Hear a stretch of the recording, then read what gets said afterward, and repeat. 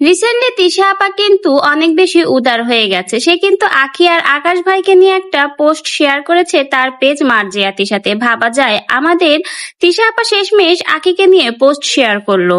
Recently আখির একটা নতুন কালো শাড়ির লুক ভাইরাল হয়েছে, আর সেই কালো শাড়ির লুকটা দিয়েছে আকাশ ভাই দ্য শাইনিং স্টারের পক্ষ থেকে। এরপরেই যেন তিশা আপা তেতে ওঠে, কারণ আখির এই লুকটা হয়েছে অসাধারণ। আর আখি কিন্তু এই লুকে পারফরমেন্স করেছে আমাদের আকাশ ভাইয়ের সাথে। এরপরে তিশা তার পেজ মার্জিয়া তিশাতে আকাশ ভাই এবং আখির একটা ছবি পোস্ট করে এবং তার সাথে একটা পোস্টও লেখে। সেই পোস্টের মাধ্যমে তিশা বুঝিয়ে দিয়েছে যে এই কাজটা করা আখির একদমই ঠিক হয়নি।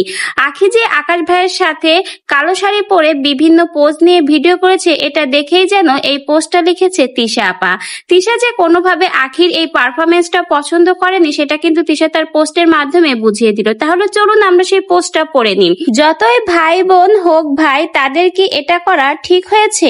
এরপরেই কিন্তু আখি আর আকাশ ভাইয়ের একটা ছবি দেয়া হয়েছে। এটা মূলত একটা ভিডিও। এরপরেই কিন্তু সেই ভিডিওর উপরে লেখা এটা আশা করি নাই।